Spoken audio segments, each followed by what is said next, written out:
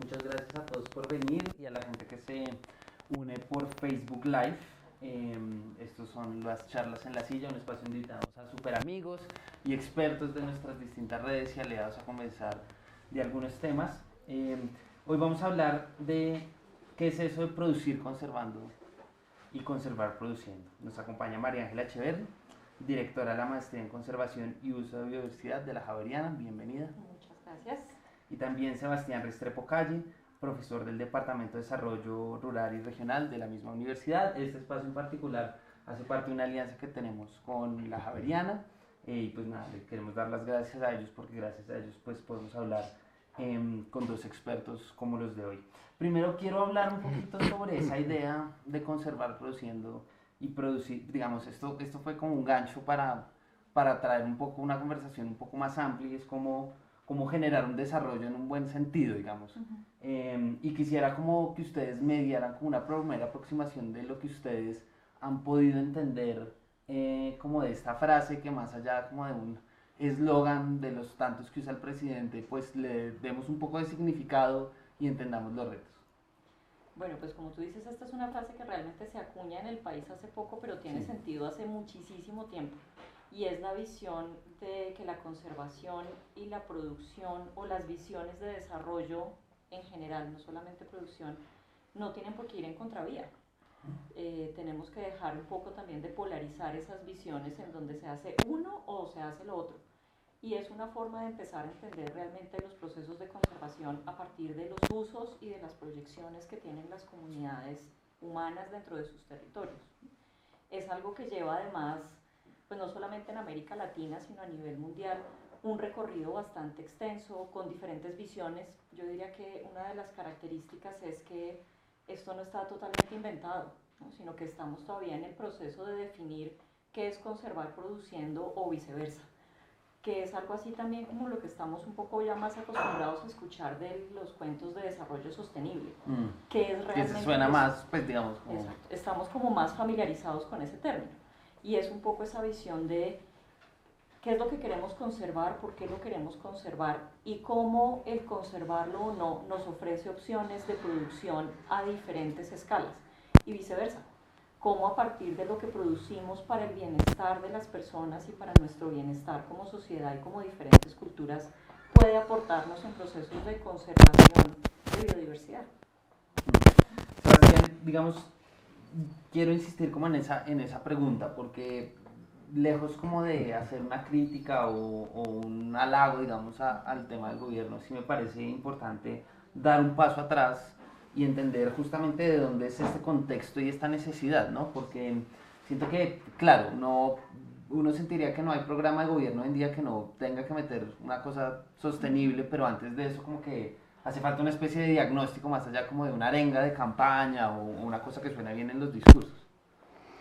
Pues sí, a mí, más allá de la retórica que me parece un poquito desafortunada, el eslogan, creo que es una invitación interesante a pensar que el desarrollo es compatible con la conservación de atributos de la naturaleza que son fundamentales para poder estar aquí, poder estar mejor en los años que vienen. Y eso es un asunto que no es nuevo, eso se ha discutido en distintos escenarios de la política internacional y en el contexto local se ha venido, digamos, abordando por gente que ha estado muy comprometida con esto desde hace muchos años, digamos, la década de los 60 y 70 fundamentalmente, hasta hoy en día con todo lo que ha significado, digamos, la construcción del SINA como un soporte institucional que permitiría que estas acciones se desarrollaran. Por supuesto, conservar produciendo, producir, pues conservando, admite análisis mucho más detallados sobre de qué manera eso se puede hacer. En el sentido más general, nos plantea unos retos interesantes desde el punto de vista de cómo vinculamos las dinámicas de producción y de extracción a la conservación de atributos de la naturaleza fundamentales para estar bien. Eso implica reconocer la biodiversidad como un elemento central del desarrollo, lo cual es un asunto nuevo que hoy en día, pues cada día se discute más en distintas instancias de, digamos, de la política internacional. Y además una invitación a entender que la biodiversidad en un país como Colombia tiene que ser la base del desarrollo. Es decir, Colombia no se puede pensar, no puede pensar su desarrollo a pesar de la biodiversidad, sino desde la misma biodiversidad. Eso es un esfuerzo, eso es una cosa novedosa. qué tanto eso se logre concretar, digamos, en los presupuestos del Plan Nacional de Desarrollo y en la manera como los distintos sectores de la sociedad se vinculen a estas metas, ahí hay un reto. Corremos el reto de estar capturando esa idea. Ya si quieren entramos en detalle en eso, pero antes me gustaría como entender una especie de diagnóstico, ¿no? Para entender la relevancia de hablar de esto, de como el nombre que queríamos poner, esto era más como para que más gente viniera, pero ¿de dónde partimos? ¿De dónde partimos y de qué necesidades partimos para decir un segundo, si no es un pacto, como dice Duque, del plan, pues esto se va a ir pues al traste? Y ya se está yendo. Realmente la situación en la que estamos es una situación que se ha catalogado ya de crisis. Es una crisis en términos de conservación de biodiversidad per se, como decía Sebastián, de esos atributos y de las características pues, que tiene la biodiversidad, llámense los bosques, los animales, las plantas, de esos elementos, pero es que además estamos viendo ya cómo esa crisis se ve reflejada en el bienestar humano y en la posibilidad de sostenibilidad de las personas. Entonces estamos hablando, por ejemplo, que algunos reportes internacionales hablan fácilmente de 1 millón de especies que se han perdido. Y ese millón de especies que representaban a nosotros, que representaban dentro de esos sistemas que nos importaban, cosas que de pronto nunca vamos a saber. Desde esa visión está como esa crisis muy fuerte y muy sentida que tiene muchísimas capas, ¿no? Entonces, problemas de tráfico de fauna, problemas de deforestación altísimos, pero también viene ya toda esta situación que como que envuelve todo este problema de los cambios globales. No solamente cambios en el clima, sino cambios a nivel del mundo, en donde estamos pasando unas barreras que tenemos unos muy buenos diagnósticos de verdad, que si se nos pasa esa barrera, por ejemplo, en deforestación, no hay marcha atrás. ¿Y eso qué implica para las personas? ¿Cierto? ¿Y qué implica para nosotros en las ciudades, en las ruralidades? ¿Qué vamos a hacer entonces? ¿Estamos preparados o no? Y en ese sentido también estamos en una situación de crisis, de un punto en donde hay que ver para dónde vamos. Y como país lo estamos viviendo ya desde hace un buen tiempo, ¿no? Por ejemplo, por poner un ejemplo, con los informes que estamos viendo de deforestación anual, ¿no? Año a año esto va subiendo y va subiendo. Este año tuvimos un reporte del IDEAM, digamos, esperanzador, en términos de que la deforestación había bajado, pero pues bajamos de pasar algo así como de deforestar al año 50.000 canchas de fútbol a deforestar 40.000.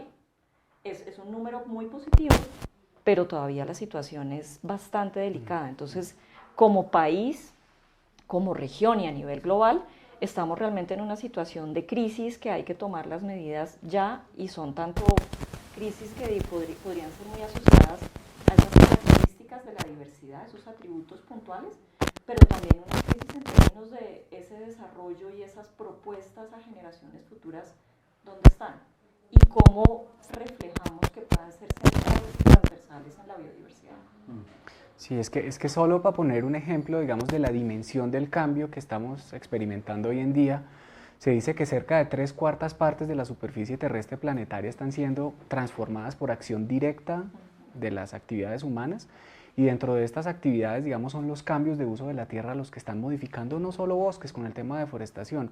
La transformación de humedales en un país como Colombia ha sido vasta, y esto tiene unas implicaciones en las dinámicas económicas de las regiones, pero asimismo en la capacidad que tiene el país de poder soportar disturbios, de poder ser más resiliente, y eso como una de las líneas del Pacto por la Sostenibilidad justamente, que nos llaman la atención sobre qué es lo que sigue. Entonces, pues podemos estar siendo enfáticos, nombrándolo cada que podamos, desde la academia, en otros espacios, pero pues este asunto de obrar casi que como notarios de la destrucción en un contexto de tiempo limitado para intervenir, nos pone a pensar que cualquier actividad que se piense dentro del marco del Plan Nacional de Desarrollo o de la política ambiental en Colombia, pues tiene que ser prioritaria y tiene que poderse desarrollar.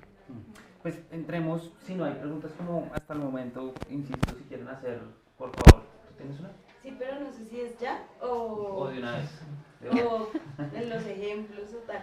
Es que hay una cosa como muy general que yo creo que me cuestiona, y creo que a varias personas, y es porque siempre me han parecido polos opuestos, desarrollo y conservación.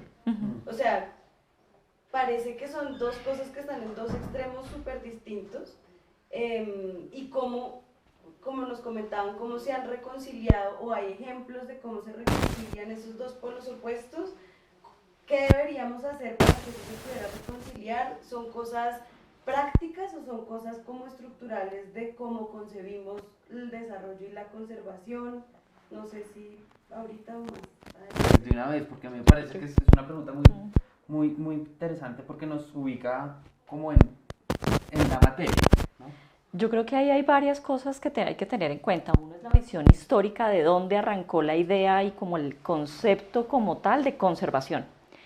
Y en esos inicios realmente lo que estaba pasando era que había una visión un poco apocalíptica, diría yo, ¿sí? En donde hay unos momentos, Esos inicios 60, 70, sobre todo en Estados Unidos y Europa, ¿no? Y salen por ahí unos personajes claves a decir un momento, a generar una visión de qué estamos haciendo con el planeta. Entonces estamos hablando de una producción gigantesca, de una sensación económica, sobre todo de bienestar y de que hay es que tener y tener, y aparece este grupo de personas que realmente enfocan su visión en contra de.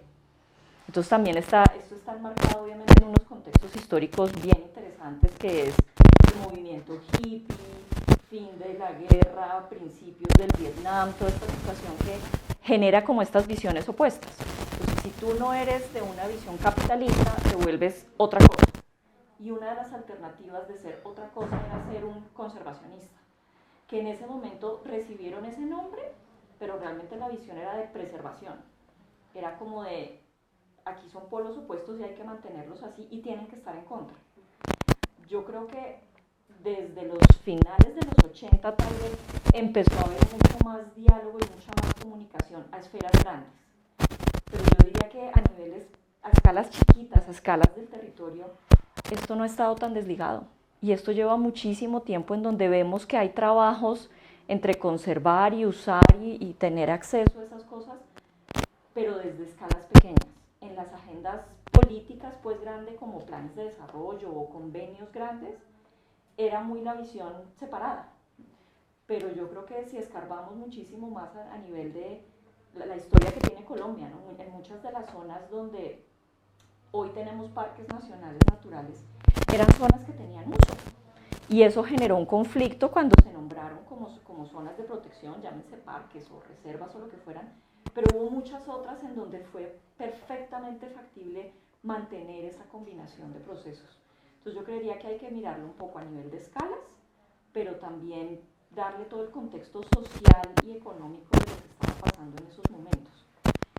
Pero también diría que ahorita hay una cantidad de ejemplos que muestran que realmente no son cosas aparte.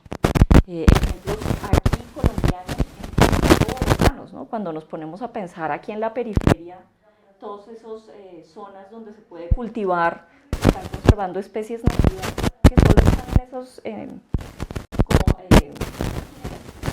huertas, en esas huertas únicamente y no están en otros sitios. Y además de todo proveen realmente un sustento que no es algo ocasional, es un sustento, hace parte de la economía de esas familias. Entonces tenemos yo creo que muchísimos ejemplos. Parte del problema puede ser además visualizarlos y puede Sí, en una perspectiva más general, yo creo que esa visión opuesta entre conservación y desarrollo pues obedece también a una forma particular de entender la naturaleza como factor de producción en un contexto de economías, digamos, crecientes, que para el caso de los indicadores que vemos hoy en día a nivel planetario se aceleran desde la segunda mitad del siglo pasado y tienen hoy en día unas expresiones realmente alarmantes. Yo siento que ese proceso de aceleración y el fortalecimiento de discursos muy de conservación en oposición al desarrollo, lo que han permitido justamente es que se dificulte encontrar modelos exitosos a nivel nacional de cómo precisamente hacerlos compatibles. Y un ejemplo de esto muy concreto es el uso de la biodiversidad. En un contexto como el de Colombia, un país rico en biodiversidad, el uso de la biodiversidad sigue siendo todavía un factor limitado, hemos sido muy conservadores en la manera como hemos orientado las políticas que abren la biodiversidad a su uso sostenible, entendiendo que la biodiversidad contribuye de manera directa al bienestar de comunidades rurales, indígenas, afro, como se quiera, en Colombia. Y es una tarea que está pendiente, es una tarea que está pendiente. Recientemente vimos toda la discusión que hubo alrededor del tema de los caimanes acá en la bahía de Zispata. Y eso es solo un ejemplo, digamos. ¿No? Eso es solo un ejemplo, digamos, de los retos que se tienen por delante. Eso generó un discurso muy fuerte, un choque muy fuerte entre distintas visiones, que al final pone de manifiesto que así pensemos que se puede hacer, no es tan fácil, no es tan fácil. No sé si hay como, yo creo que es clave eso porque vamos a entrar a analizar un poco los puntos, por lo menos que se expusieron digamos, en la estrategia de comunicación del gobierno, no tanto en el articulado, más en las bases y como en su estrategia que en el articulado, porque digamos eso es como, podemos caer como en un tema como demasiado leguleyo y no es la idea. Uno de los puntos de los que habla, y es el primero, no creo que sea coincidencia, es hacer procesos productivos sostenibles, y esto lo ve mucho en sectores agropecuarios, transporte, energía, industria y vivienda. Y digo que no es coincidencia porque la relación del gobierno es abiertamente pues muy cercana al sector empresarial. Sí. Y digamos, eso es una decisión y digamos desde siempre fue algo que pues que estuvo en su agenda y en su discurso y ha estado así el presidente Duque. ¿Cómo uno, mejor dicho, cómo se come eso de los procesos productivos sostenibles? Pues yo creo que eso puede verse en distintas escalas. María Ángela ya mencionó esa idea. Creo que en el contexto de la agricultura a pequeña escala, la agricultura familiar, de la agricultura campesina, que sigue siendo una base súper importante de los procesos productivos del país, pensar la sostenibilidad tiene menos retos que hacerlo al nivel de la agroindustria o los procesos de desarrollo agropecuario a gran escala. Entonces, creo que hay dos tareas y dos asuntos centrales. El primero es reconocer lo sostenible que ya son distintas formas de producción en el contexto y en la diversidad de la geografía colombiana, ¿sí? Alrededor de las formas en las que la gente usualmente ha entendido su relación con el entorno, las reglas que han construido para manejar su cultivo, las dinámicas de mercados locales que han logrado, digamos, integrarse de forma exitosa en el contexto regional. Eso está muy bien, pero hay que reconocerlo y hay que promoverlo y hay que hacerlo evidente. Y por el otro lado está el gran reto, digamos, de cómo los grupos económicos que hoy en día son responsables, digamos, de la producción a gran escala y de las grandes transformaciones en algunos de los ecosistemas en Colombia, pues se hace parte de esta estrategia de transformación. Y ahí hay asuntos de formalidad que tienen que ver con las bases de lo que pide la ley en algunos casos respecto digamos, la evaluación de los impactos de esas dinámicas de transformación, pero siento yo que hay más un asunto ético de cómo se entiende la naturaleza más allá de un factor de producción. Podemos estar hablando de conservar produciendo, de producir conservando y mantener la visión de la naturaleza como un factor de producción desde los 60 y generar unos cambios dramáticos. Y yo lo pienso en el contexto de agricultura, pero también de dinámicas extractivas, hidrocarburos, minería, fundamentalmente generación de energía hidroeléctrica. Hoy en día nos enfrentamos a unos grandes retos que salen en los titulares todo el tiempo y nos toca convivir con una realidad como la de La Guajira, con déficit de agua y unas dinámicas de la vida guayú condicionadas por el acceso al agua, el tema de la rosa guayú, los sistemas de producción, las formas de organización en un contexto de explotaciones mineras a gran escala donde hoy en día también se habla de lo que va a pasar con La Guajira una vez se vaya al Cerrejón, ¿no?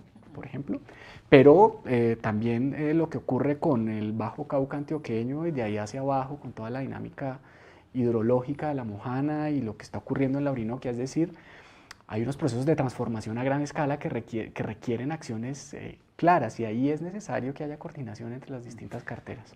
Digamos, si uno parte de la base que el gobierno cree mucho en la empresa privada como una solución a muchos de los males que tiene la sociedad, económicos, de empleo, etc. Uno puede estar o no de acuerdo.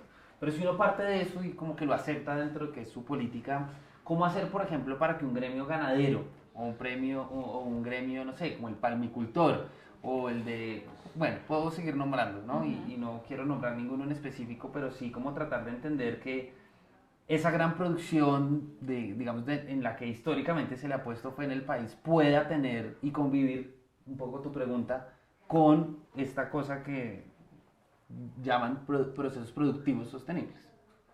Pues yo le hablo de casos concretos, perdóname, No, pero pues un poco el tema. Entonces, hay casos y ejemplos muy valiosos que deberían ser inspiradores para pensar esto en otros contextos, y es en áreas de mucho conflicto como la Ciénaga Grande de Santa Marta, donde vemos que hay transformaciones drásticas desde el punto de vista del ecosistema que han afectado la vida de los pescadores, la economía de la región, que han puesto a prueba incluso la capacidad de las instituciones del Estado de reaccionar. Pues resulta que hay una cantidad de actores sociales que han estado involucrados en esos procesos de transformación que tienen voluntades interesantes de trabajo. Entonces está el gremio de los palmeros, los arroceros, los bufaleros, los mismos pescadores, las comunidades indígenas que están en la parte alta de la Sierra Nevada de Santa Marta, construyendo diálogos que son sumamente fértiles de cara a cuáles deben ser las mejores formas de intervenir ese territorio. ¿Sí? Y ahí pues por supuesto es necesario que el Ministerio de Ambiente y otras entidades acompañen, pero hay espacios de diálogo que en la práctica y en lo regional funcionan, y eso tiene que ser un motor de cambio que pueda entenderse en lo regional. Obviamente la realidad en la práctica puede ser más dramática. Procesos de cambio o de variabilidad climática, digamos eventos climáticos extremos como la maldita niña o fenómenos de sequía, pues pueden estar haciendo más evidentes, por ejemplo, formas de uso de recursos, por ejemplo, de uso del agua que viene de la Sierra Nevada, que es fundamental para el funcionamiento ecológico de la ciénaga, pues pueden estar haciendo eso evidente, y hay ahora sequías y el tema de los ríos que se han robado. Entonces vuelven y se encuentran los actores y hay conflicto, pero en el fondo ha habido espacios de diálogo muy ricos de los que han salido agendas concretas de desarrollo de la escala regional que deberían hacerse también visibles, y eso no lo conoce todo el mundo. Y yo creo que ese es un espacio justamente para pensar esas empresas cuál es su papel, ¿cierto? Y cada vez más, debido a los medios y debido a las redes sociales, cada vez es más fácil poder pedirles cuentas, ¿cierto? Y que desde la ciudadanía se generen esos procesos de yo quiero saber usted qué está haciendo y cuénteme un poco desde su responsabilidad social o desde su responsabilidad ambiental cuáles son sus procesos. Y creo que ahorita se nos viene una oportunidad muy interesante que no es nueva, y esto de este cuento de los bonos de carbono y de Banco 2 y demás, en donde realmente la ciudadanía puede ir más allá de tener fe y de creer que es así, y realmente va a poder tener una trazabilidad de estos procesos. Pero yo creo que eso también parte mucho de la transparencia de la veeduría que se pueda hacer sobre esos procesos, digamos, de responsabilidad ambiental, y de que realmente están jugando bajo unas reglas claras, pero también de la transparencia que hay, por ejemplo, en términos legislativos y en términos corporativos. Y eso es algo que creo que es una de las cosas que hay que seguir trabajando para que sea transparente cómo las personas podemos, como ciudadanos comunes y corrientes, hacerle seguimiento a esto, y también cómo las empresas pueden revertir parte de lo que tienen que hacer una vez se hagan responsables pues de sus transformaciones y de todo el impacto que pueda haber. Sí, porque ahí, digamos, un tema que hablamos como antes de la charla era, se le tiene mucha fe como a procesos y se le da mucho peso a áreas que podrían estar enmarcadas acá. Entonces, por ejemplo, hablábamos del turismo, como el turismo ha sido tratado como esta gran, creo que de hecho Duque lo llamó el nuevo petróleo, como pues, digamos, yo creo que exageró bastante, pero de todas formas, más allá de eso, pues uno sí pensaría que el turismo puede llegar a ser una de esas prácticas que podría llegar a ser, digamos, conservando y producir, bueno, eso. Digamos, pero ahí hay como contradicciones también. Hablamos, por ejemplo, de cómo hay procesos que pueden aparentemente ser como muy positivos, muy loables, pero a la vez, no sé, si uno quisiera hacer turismo en el Chiribiquete, pues tal vez es como una cosa que no. Sí, y ahí tenemos ya ahorita muchísimos casos recientes en donde, por ejemplo, parques nacionales naturales han cerrado el acceso a ciertos parques, pues porque se da es como un descontrol, ¿no? Entonces tenemos aquí un caso muy cerca en Bogotá, hacia el páramo de Sumapaz, en donde tan pronto fue posible tener acceso a esa zona, estaban llegando gente en cuatrimotos, gente a sacar frailejones con la excusa de que era turismo. Y también hay que pensar ese turismo o esa visión de turismo que se está generando, que se está promoviendo tan fuertemente, ¿qué tipo de turismo es? Porque una cosa es seguir trayendo, no sé, una cantidad de extranjeros que puedan llegar al país, aprovechar una riqueza paisajística un par de días, pero ¿eso qué nos deja? ¿Y qué nos deja en esos acuerdos de, sigamos llamándolo así, pues de producir y conservar, ¿cierto? ¿A quién le deja recursos eso? Le deja recursos a las personas que han estado pues tanto tiempo guardando, salvaguardando esas zonas, muchas veces sin ningún reconocimiento, ¿no? Porque tenemos muchas comunidades campesinas que realmente se han asentado hacia esas zonas, que los han mantenido, que han estado haciendo uso de ellos, pero que pues es en últimas, en parte gracias a ellos que los tenemos. Y tenemos otros casos como lo que ha pasado hacia el Cocuy, en donde varias veces los UBAs han dicho, se cierra, no puede subir más gente porque es que ya no hay nieve, porque es tal el tráfico de gente que esto empieza a generar unos impactos. Entonces dentro de muchos círculos, por ejemplo, trabajando en temas de turismo, está la idea de que turismo sí, pero no así. Y hay que pensarnos de verdad cómo queremos que ese turismo produzca, qué tipo de turismo queremos para tener ese trabajo, digamos, conjunto, que no va a ser fácil, porque realmente no hay muchas evaluaciones que nos den como la certeza de que el ecoturismo per se conserva. Esto no está realmente como sólido. Y hay que empezar por ahí, ¿no? Por buscar esas bases, pero además, creo yo, integrar un poco más a la gente en los territorios y a muchas otras entidades. Porque ahorita en esa visión de conservar y de producir, como que le botaron la responsabilidad al Ministerio de Ambiente. Y ustedes definan qué van a hacer. Pero pues ahí hay una cantidad de esferas y una cantidad de personas interesadas que a todas las escalas, desde el terrenito, desde la parcela, hasta a nivel nacional, hay que empezar a influir. Y ese es un trabajo que se está haciendo, pero que no es tan visible en muchas ocasiones, y sobre todo no desde el Estado. Quiero ir dando saltos para tocar otro tema que está como en las bases, y es el tema de la economía circular. Yo creo que esas palabras o términos que empiezan a sonar mucho, y eso puede ir, no sé, desde separar basura acá hasta realmente cosas, pues no digo que eso no sea importante, sino como cosas como ya muy tecnificadas que realmente garanticen este término. ¿Cómo uno podría pensar esta idea para que no quede como otro sonsonete, sino que sea bien pensado? Pues yo soy franco y el tema de economía circular en el contexto nuestro colombiano es un asunto más bien reciente. Es por supuesto uno de estos nuevos paradigmas que están marcando agendas de desarrollo en el contexto de los países europeos, sobre todo, que están demostrando que se puede hacer desarrollo de una manera muy eficiente en el manejo y conservación de recursos de la naturaleza y en el mantenimiento de condiciones sociales importantes. Eso es un mensaje positivo, digamos, que esto esté considerado en el Pacto por la Sostenibilidad. Sin embargo, requiere de aproximaciones, vuelvo y te digo, mucho más prácticas y aterrizadas a la realidad gremial y a las formas en las cuales se organizan los sectores productivos en este país, porque es un discurso que igual es fácil de capturar, y aunque hablamos de economía circular, hoy en día seguimos pensando las dinámicas productivas y extractivas en términos generales y con maravillosas excepciones en el medio, como un ejercicio casi que extractivo minero. Entonces, si es turismo, casi que podría ser turismo minero, ¿no? Es como, vamos por lo que hay. Yo creo que aquí hay un esfuerzo de pensar que esto es posible, pero hay que desarrollar modelos. Pensemos en ese caso de los sectores extractivos, particularmente pues, minería. Pues, uno cómo podría pensar eso, digamos, insisto, estoy jugando aquí como un poquito el abogado, pero si vamos a depender, y es como la apuesta que uno ve a pesar de algunas cosas en cosas renovables y renovables no convencionales, pues si uno ve que el discurso del fracking está ahí presente, ¿es posible pensar eso y conciliar, digamos, el tema extractivo? Para mí realmente no es tan claro. Yo no veo sobre la mesa como toda la información posible para decir, por ejemplo, algo que también es muy, muy común escuchar y es el fracking responsable o la minería sostenible ambientalmente cuando es una minería a cielo abierto. Yo no la tengo clara. No dudo que hay formas de hacerlo diferente.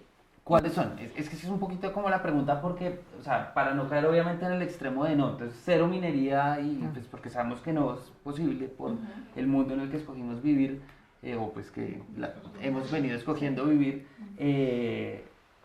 ¿cómo se hace bien? Yo conozco solamente una experiencia puntual en Rusia, en donde hicieron una excavación de carbono. Ahorita la memoria me falla, pero creo que es más o menos algo así como 2 veces lo que es el Cerrejón. De carbono. De carbono, a cielo abierto, o sea, esto es un hueco gigante en donde lograron que el impacto sobre toda esa diversidad de una tundra, que realmente digamos que el número de plantas, el número de animales es pequeño, pero es un sitio clave, importante, exacto, por agua, lograron realmente generar unos procesos de recuperación casi como en la mitad del tiempo de lo que hubiera sido si hubieran aplicado otro tipo de técnicas. Eso fue un sobrecosto para esta empresa gigante. No quiero como botar un número ahí a la ligera, pero era como 3 veces lo que hubiera costado una extracción típica. Pero esas 3 veces de sobrecosto realmente lo que generó fue un proceso de recuperación del sistema mejor. Ahora, que se haya recuperado igual, que tenga exactamente los mismos componentes, probablemente no. Pero algunas de las funciones del sistema están ahí. Entonces, por ejemplo, la regulación del agua, eso volvió en unas buenas condiciones. Pero también hay que preguntarnos quién asume esos sobrecostos. Sí, ese es el punto. De pronto hay formas desde el punto de vista tecnológico de desarrollar la actividad extractiva que pueden minimizar mucho los impactos sobre el territorio y sobre las sociedades que están en estos contextos territoriales. En el país hay empresas que por el solo hecho de estar formales, digamos, de ser formalizadas, pues cumplen una serie de requisitos e incluso algunas van más allá de eso, que pueden estar generando cambios importantes desde el punto de vista de la forma de hacer, pero el asunto no es ese, sino también cómo se piensa esto en el largo plazo y se asumen pasivos ambientales que vienen de sus prácticas de extracción anterior o incluso de las que otras empresas todavía están haciendo. ¿Quiénes van a asumir esos costos? La economía en este caso no es solo una forma de pensar ¿Y su apuesta qué es? ¿Cómo hacia claro, las empresas? hacia qué es, cómo se relacionan con el contexto. Yo creo que ahí es fundamental. De alguna manera, lo que yo he podido ver en algunos casos es que es apenas ahora el momento en el que están interiorizando muchos de los costos de sus dinámicas extractivas y asumiendo en parte los riesgos posibles de toda la dinámica que están generando en el territorio. Esto es una cosa nueva que cuesta, pero que claramente aporta a esas dinámicas. Yo creo que deberíamos ser como sociedad más exigentes. En Colombia tenemos un caso muy particular, no solamente en Colombia, sino en gran parte de Latinoamérica, por ejemplo, con el agua. Cuando uno paga el recibo del agua, uno no paga el agua, uno paga el transporte del agua, lo que son las tuberías, las plantas de tratamiento. Ese funcionamiento lo paga uno en su recibo del agua, pero uno no paga el agua. Entonces también la misma pregunta va a nivel empresarial. Todas estas empresas que se benefician de este capital natural que tenemos, ¿cuál es el pago que están haciendo? Y realmente hay solamente a nivel de Colombia un caso en donde una empresa específica pidió que alguien le dijera, dígame cuánto tengo que pagar por el agua y yo empiezo a pagarlo. Y lo hicieron a partir de lo que se llaman hoy en día fondos de agua. Y esta empresa entonces está metida en ese esquema y está generando esa posibilidad. ¿Cómo funciona eso? La idea es que a la empresa se le dice, mire, usted está gastando X número de litros al mes. Y eso implica que hay personas que tienen que conservar las cuencas de las cuales usted está captando esa agua. Entonces, ¿qué propone? Y lo que la empresa y en este caso la corporación acordaron es que la empresa hace unos desembolsos mensuales para que los pagos vayan directamente a las personas que están en esos territorios conservando esas cuencas, manteniéndolas con arbolitos, que se mantenga todo ese proceso. Y es algo que, si bien muchas personas lo han cuestionado, puede tener variaciones en los territorios, es una primera aproximación a decir quién tiene que pagar por esos servicios, quién tiene que pagar realmente por esos beneficios que estamos obteniendo, sea a nivel de nuestras casas o a nivel de la gran empresa. Porque ese es otro de los puntos, justamente el pago por servicios ambientales que incluye el plan. Y más allá de decir si es bueno o no, pues porque supongo que en esencia es un buen fin. ¿Cuáles son los retos de que eso funcione? ¿Dónde debería estar? No sé quién se anima. Lo primero es regularlo, porque si bien el gobierno sacó un decreto, creo que fue el gobierno pasado, quien sacó el decreto que reglamentaba que debía haber un pago por servicios ambientales, eso todavía no está como en fino de quién tiene que pagar, cuánto tiene que pagar, cómo se van a hacer esos pagos, eso todavía no está generado. Entonces ese es un primer punto que pues necesitamos claridad sobre esas reglas del juego. Pero ¿Y también, cuál diría usted pues, que son los clavos que hay que martillar? Todos. Bueno, si usted fuera la ministra, Ay, no. ¿cuál martillaría de primero? No, lo digo un poquito para hacer un ejercicio de no quedarnos como toca y toca y toca, sí, todo toca, pero dado que los recursos, el tiempo, las voluntades políticas son limitadas, como si uno tuviera que apuntarle a 2 o 3 clavos, ¿cuáles serían? Yo empezaría por definir quiénes van a ser los actores que pueden recibir directamente esos pagos. Porque como está el decreto general, esa plata la puede recibir hoy en día un banco, una empresa o una corporación regional. Y para mí ahí hay cualquier cantidad de problemas. Para mí clave es definir quiénes van a recibir ese reconocimiento monetario, que desde mi visión es siempre las personas que están en el territorio, que en últimas son los que se la gozan y también se la sufren, sobre todo se la sufren. Para mí sería uno de los puntos claves, quiénes son los actores, y lo otro, poder definir algo que viene trabajándose desde hace un tiempo, y es cuáles son las tasas de compensación. Porque si bien hoy en día está bastante de moda la idea de valorar económicamente la biodiversidad, ahí nos falta por trajinar un camino largo, pero no estamos en cero. Entonces para mí es definir cómo se van a hacer en términos de cuantías, en términos de los factores de conversión que llama ahora el ministerio, y a quiénes les va a llegar ese dinero realmente. Sebastián. Yo pienso que ahí también es clave sobre un diagnóstico de cómo avanza la transformación de los ecosistemas en Colombia, pues priorizar ecosistemas. Yo creo que Bosque Seco, por ejemplo, es un lugar con unas dinámicas de cambio muy brutales en los últimos años. Es un ecosistema sumamente amenazado en el país, en contextos donde se siguen estableciendo dinámicas de producción, algunas intensivas, donde yo creo que es necesario empezar a pensar esquemas y mecanismos como estos que puedan ser aplicados. O lo mismo, pues, y donde más se ha usado es en el contexto de ecosistemas altoandinos, donde ahí está asociado la provisión de agua, pero pues creo que puede ser una oportunidad de pensar desde los ecosistemas también. Y otra cosa es sacar esto de lo terrestre, que para mí ahí hay un hueco enorme, y es empezar a pensar que Colombia, casi que la mitad de lo que es Colombia en el mapa es mar. ¿Y qué está pasando con esos servicios del mar y quiénes están aprovechando de esos servicios? Yo creo que hemos estado muy centrados en la parte terrestre, con muchas falencias, pero el mar nos está demandando, yo creo, hoy en día muchísima atención, y es algo que necesitamos empezar a trabajarle también en términos de servicios ambientales y de los pagos. No sé si hay alguna pregunta por ahora, seguimos conversando un ratito más. Yo sí tengo. Sí, por favor. Es que los estoy anotando acá lo que me parece interesante, y creo que los ejemplos que encuentro es como si se pudiera llevar a cabo este eslogan, pero en escala pequeña. Es como si todo estuviera ya hecho en la escala pequeña, ¿sí? Y como que el reto es subirlo de escala, ¿no? Es como si la planeación de los proyectos debería ser de abajo para arriba, que es una cosa que ya se ha planteado otras veces, pero es porque no funciona. O sea, eso porque no es atractivo económicamente, produce menos plata, o sea, porque ignoran tanto lo local, si parece que ya se sabe cuál es el truco, y es ir a donde están las personas, entender cómo hacen ellos sus dinámicas y magnificarlo y no, como apoyarlo, porque eso no funciona.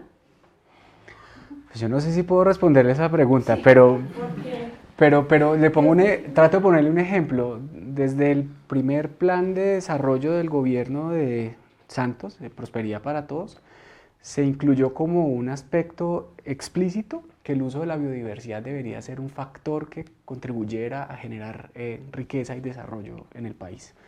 Y esto generó pues muchas iniciativas de empezar a valorar la biodiversidad, de tratar de pensar en cómo sus usos comerciales se hacían sostenibles en el tiempo. Entonces emerge la visión de biocomercio, los mercados verdes. Hay una agenda ahí que empieza a consolidarse de manera muy fuerte, y la idea es tratar de ver cómo esto le suma al PIB, y eso es un valor marginal.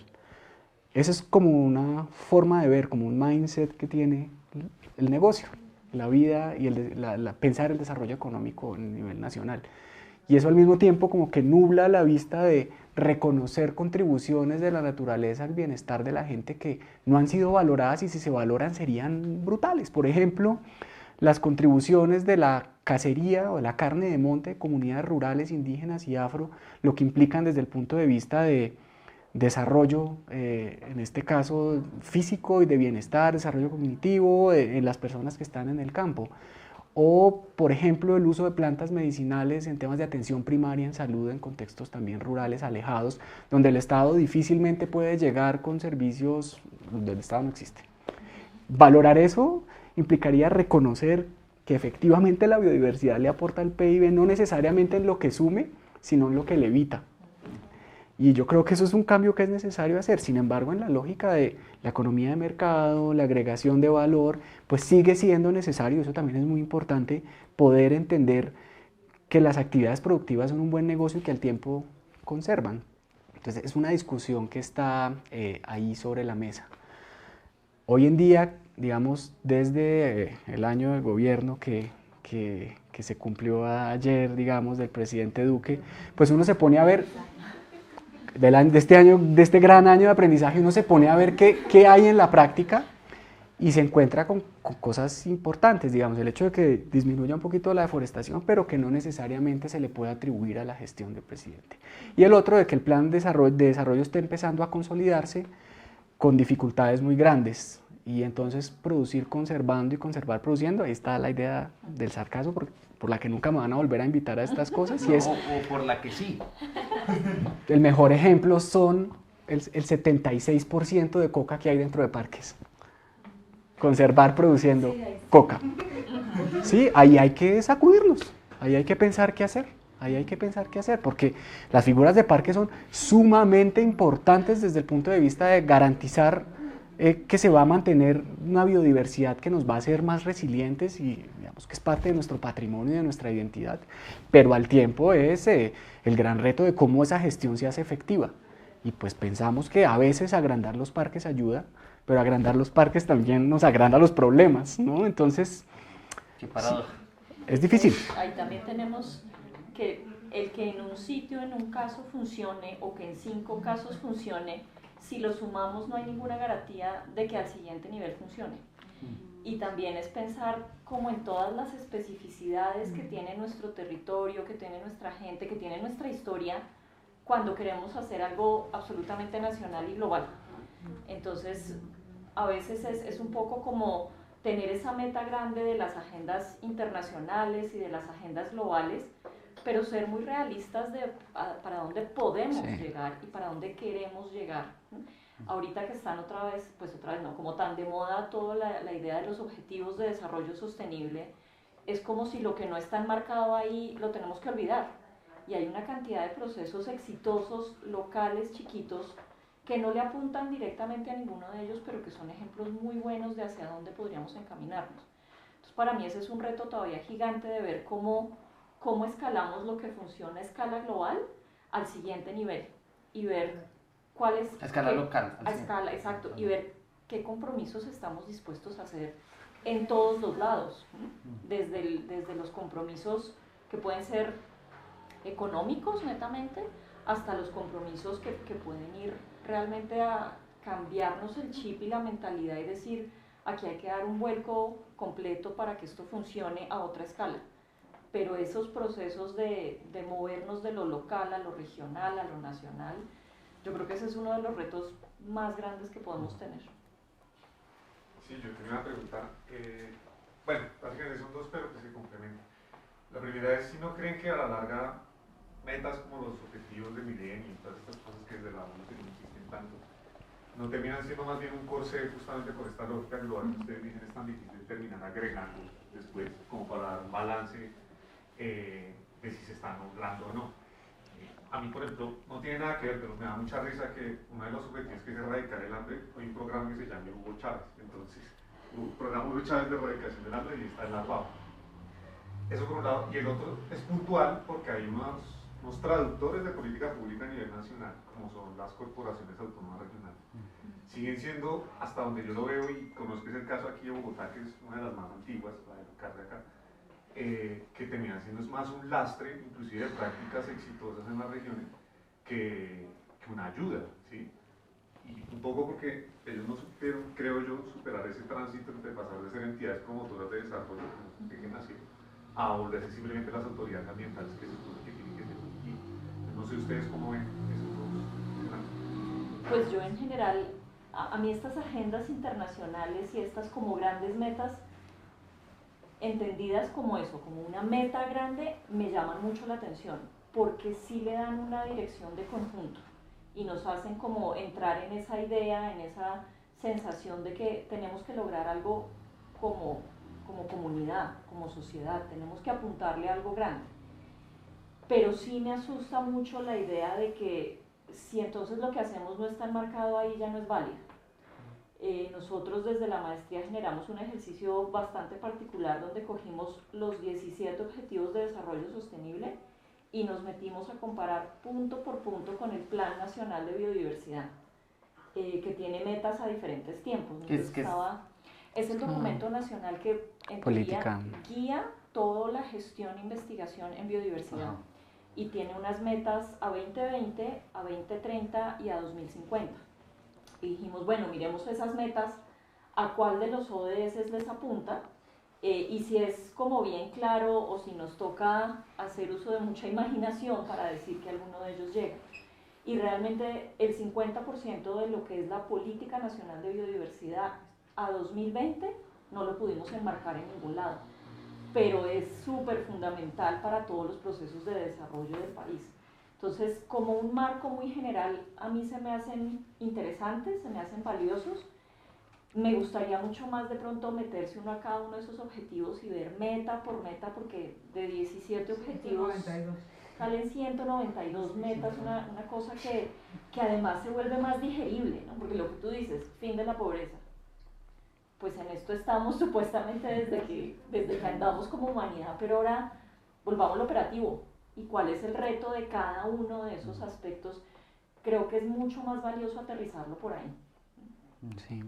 Y digamos, frente a su inquietud de cómo se traducen estos grandes mensajes globales en política pública y cómo eso alcanza, digamos, niveles operacionales donde hay gente decidiendo y donde hay reglamentaciones que, digamos, deben ponerse sobre la práctica, yo siento que la inquietud no solo llega a las corporaciones como actores centrales en el territorio, sino también al SINA, al Sistema Nacional Ambiental. Digamos, estamos en deuda y esto es uno de los puntos también del pacto, es poder tener instituciones sólidas. Yo creo que estamos en deuda de poder consolidar un Sistema Nacional Ambiental que nos permita ponerle frente a o lidiar con los grandes procesos de cambio y de transformación que hoy en día pues, se salen de las manos. Y para esto no creo que haya respuestas rápidas desde el punto de vista de una arquitectura organizacional o flujos de información entre distintas entidades. Lo que creo que hay es más un ejercicio de voluntad política por parte, digamos, del gobierno, de cómo asume esto como un elemento central en ese propósito de conservar, produciendo y producir, conservando el Pacto por la Sostenibilidad. No sé si un poco... No sé, me parece como un poquito arriesgado digamos que el lema de gobierno sobre producir y conservar. En tanto todavía no se ha resuelto bien el tema de las deudas ambientales, es decir, como yo me arriesgo a poner esta apuesta como una apuesta minero-energética de agricultura, cuando digamos que, si entiendo bien, todavía no hay un inventario de los pasivos que le debe, por ejemplo, la industria extractiva, la agricultura, al ambiente. No sé, digamos, si ustedes tienen como una idea de lo que nos debemos como sociedad frente a las deudas ambientales, o eso realmente está en cero y no sabemos qué hemos perdido todavía. Y un poquito otra como para conectar sobre el valor ambiental que ustedes mismos estaban tocando. cómo se puede, digamos, valorar la biodiversidad en un contexto un poco capitalista o bien capitalista? Y si hay ejemplos exitosos en otras partes, por ejemplo, lo que intentó hacer Correa en Ecuador de mantener el hidrocarburo en el subsuelo, no explotar el Yasuni, pero que le salió más o menos la jugada. ¿Hay algo exitoso en este sentido? Yo diría de pronto en términos de los pasivos ambientales que tenemos, hay eso, otro llamado de atención, y es que Colombia tiene algo en el DANE que se llaman las cuentas de capital natural, y es una cuenta con entradas y salidas, es un balance de una cuenta, qué entra, qué sale, cuánto entra, quiénes sacan, quiénes aportan, digamos, a esa cuenta. Y hasta donde yo he podido mirar, no es algo que haya mirado a profundidad alguna vez, pues así detalladamente reciente, pero realmente el pasivo ambiental es gigante. O sea, esa cuenta de capital natural que tiene Colombia está en unos saldos rojos considerables. Pero algo así como que la oportunidad de sobregirarnos sobre esa cuenta es realmente muy grande, por lo que se ha hecho de valoración económica en lo que tú dices, ¿no? Como en términos monetarios. Yo conozco 3 casos puntuales de valoración económica, uno con polinización exclusivamente por abejas y solo por la abeja esta de colmenas, no por las abejas que aquí abundan otra cantidad, pero por esas, algo así como que si todas las abejas se acabaran, el valor que nosotros tendríamos que poner para mantener un cultivo, esto fue un estudio que se hizo en Japón, un cultivo de manzanas, es algo así como $2 billones mensuales. Hay otros datos muy interesantes sobre sistemas marinos, sobre todo sobre arrecifes coralinos, y es pensar si el arrecife se acaba y entonces ya los peces no tienen a dónde llegar y no tienen dónde reproducirse y de ahí no salen luego los peces para comérmelos, el déficit ambiental por ese servicio alcanzaría los $98 millones al año, que pues es una cifra que obviamente le sobrepasa, por a mí me sobrepasa completamente. Y hay lo que decía Sebas ahorita, por ejemplo, en términos de la carne de monte. Hay varias opciones además ahorita sobre cómo hacer esas valoraciones económicas.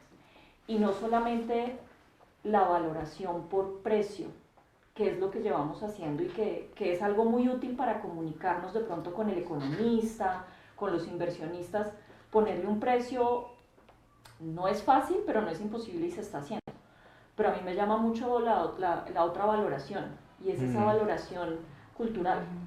Hay una iniciativa, por ejemplo, que se está trabajando ya entre Parques Nacionales Naturales y la Fundación Cardiológica Colombiana, en donde si tú vas a ciertos médicos y les dices, mire, tengo estos problemas cardíacos, estoy como mal, no sé qué, y dentro del tratamiento el médico te receta, usted necesita salir a caminar, y usted necesita caminar donde haya aire limpio, ¿no? Entonces yo le voy a mandar una receta para que usted se vaya y tome vitamina N, y la vitamina N es de naturaleza, y hay médicos especializados, cardiólogos, que te sacan la fórmula, te hacen el recetario, y si tú llevas esa fórmula a la entrada de cualquier parque nacional, tú entras gratuitamente.